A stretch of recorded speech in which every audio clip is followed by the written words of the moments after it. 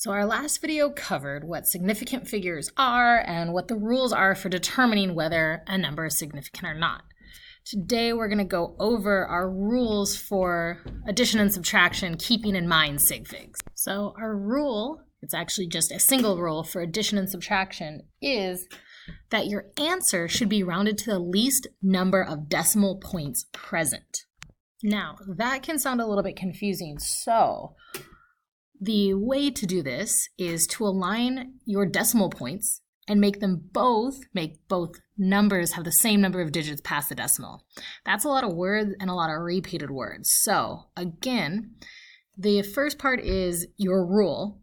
The second part is kind of how to do it, and hopefully the examples will help you see how these two things go together. So let's say that you were given this example problem here. Now, we know that the rule says our answer should be rounded to the least number of decimal points present. In this example, it's pretty easy to see that our least number of decimal points present is 1 after the decimal. But in order to make it very clear every time, let's realign this problem. So I'm going to realign the problem with you right here. So based on the second rule, I say align the decimals. That's what I'm going to do. I'm going to put the decimal in the same place. And then I'm going to set the problem up again. So it's 2.3769. And I'm going to erase this other guy up top so we do not get confused by it. So now we can kind of see the problem all together and see what we need to have.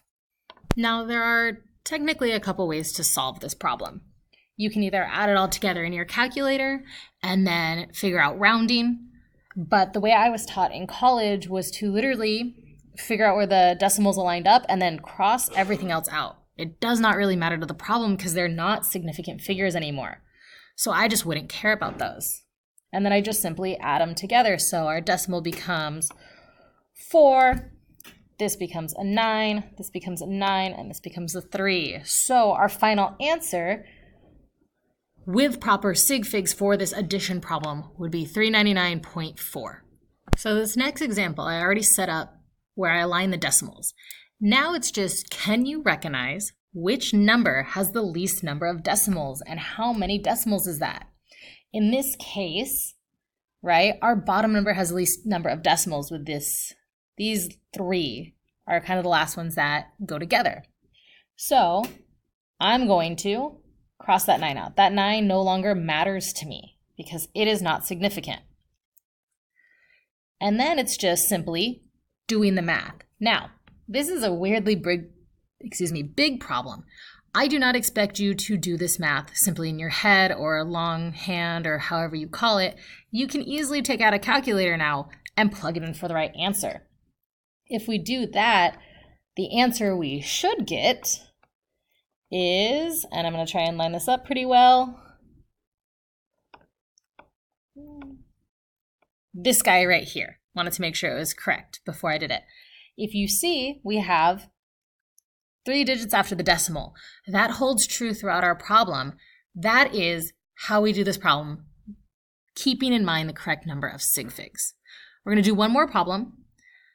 I'm trying to set it up just kind of as a little trippy, are you catching the things that you need to catch problem. Now, with this one, I'm going to do just a little bit of review to make sure that we didn't totally forget what significant figures are, how to determine how many sig figs there are. If we look just at this top number, hopefully you've immediately said, well, yeah, that has 1 significant figure. That's because there's no decimals. That's a little crazy. Our zeros aren't sandwiched. It's just a non-zero digit followed by zeros. So 1 sig fig. Now this next one, we've got a 0, but it is sandwiched in there and there is a decimal. So that makes everything in this problem significant. So here we've got our 4 sig figs. I think this might go crazy again. I'm just going to add that there. And then our final number. We have got zeros. They are not sandwiched, but there's the decimal. And that decimal forces significance onto the preceding zeros. So here we got 3 sig figs. But again, the only thing that we care about right now is which of these three numbers we're adding together has the least number of decimal points. That should be pretty simple because our guy up here has no decimals. So we have no places after the decimal to put. So really, we only have to cross out one number. This is the only guy that doesn't really matter right here. And so let's go down. Hopefully you can do this one in your head. It's going to become 901. That's proper amount of sig figs. That follows our rule, and we're totally done. Our final set of rules for sig figs are going to be rules surrounding multiplication division. Again, it is just one rule.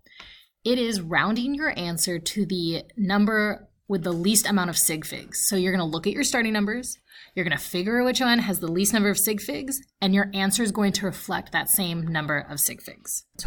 So I've put 3 examples up for you and also worked through the math so that your main goal right here with me is just to figure out how many sig figs did we start with, what is the least amount of sig figs, and can we get our answer to show that? So in the first example, hopefully it's very easy to tell that our least number of sig figs is 1. In the second one, we've got 4 sig figs up top, 3 on the bottom. So our least number, 3. And then on our final problem, hopefully you can see the decimal right there. So we have 4 sig figs on top and 4 sig figs on bottom. So they are the equal amount. So our answer has got to have 4 sig figs. I'm going to take that out because that makes it very hard to read. There we go. So if our first problem, we can only have 1 sig fig. This is kind of a mean problem, I'm not going to lie. We have to represent the quantity of 1,117,704.15 in one significant figure.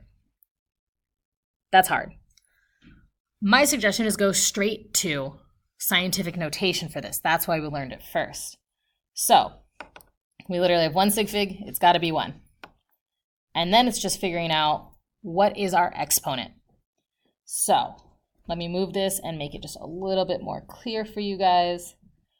I'm going to go back in a different color and count my decimals out. So this is where the decimal initially was. We're putting ours right here.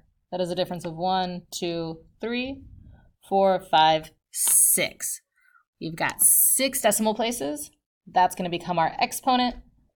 And I'm purposely not including units, so we don't have to worry about that. That is how we reflect that first problem in 1 sig fig. There we go. All right, so now on to our second problem.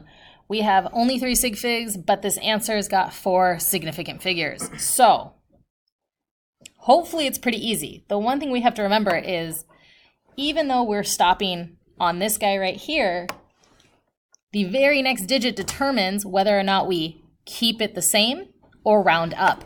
Since our next digit is 9, we've actually got to round up this 6, making our answer 13.7. And then finally this problem here.